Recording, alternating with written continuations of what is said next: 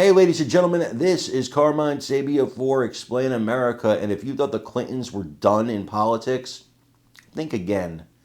Before we get started, please make sure you like, comment, share, and subscribe.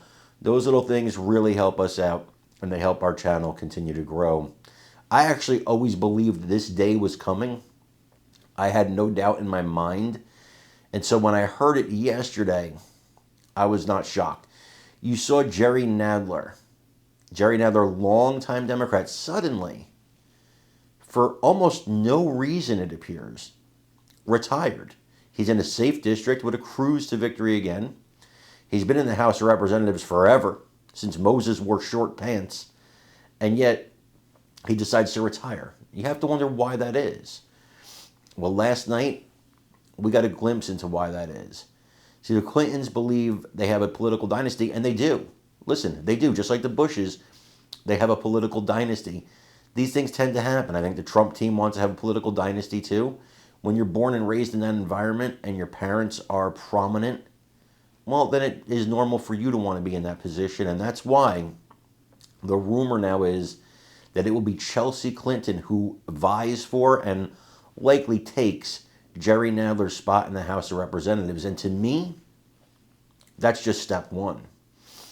I think she eventually goes on to the Senate, and I think she'll try her hand at the presidency of the United States and maybe try to become the first woman president if one does not happen before that. I think that's almost a guarantee. I want you to listen to this about Jerry Nadler, and let me know what you think in the comments. Passed in the party. You've got a lot of the old guard, Congressman Jerry Nadler of New York announcing that he's going to retire next year. He was telling the New York Times, look, watching the Biden thing really said something about the necessity for generational change in the party, and I think I want to respect that.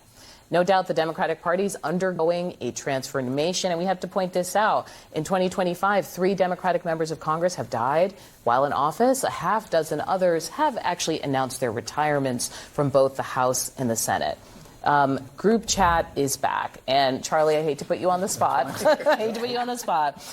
There is this conversation that is, with seniority and experience comes power, and you should not give up power.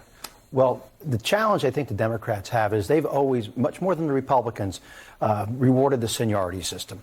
They basically incentivize members to stick around longer. The Republicans, I think, have this right. They would term limit their committee chairs in the House. Committee chairs are not selected based on seniority, but there's a process, and younger members can become chairs. In the Democratic side, it's the senior guys who tend to get the top spots. So they're incentivized to stick around. Remember, John Conyers was Judiciary Chairman probably long after he should have been, and they've incentivized this, and now they've got they're to a point now where they have so many older members that it's obviously there's pressure from the younger members. Youth activist movement in open revolt. David Hogg, most famously, everybody talking about the former Parkland student who's now threatening to pour in money into primaries. Antoine, I want to bring this to you because I feel like you straddle these communities. Yeah, look, I believe you can have the New Testament and the Old Testament. I knew you would have something in your pocket.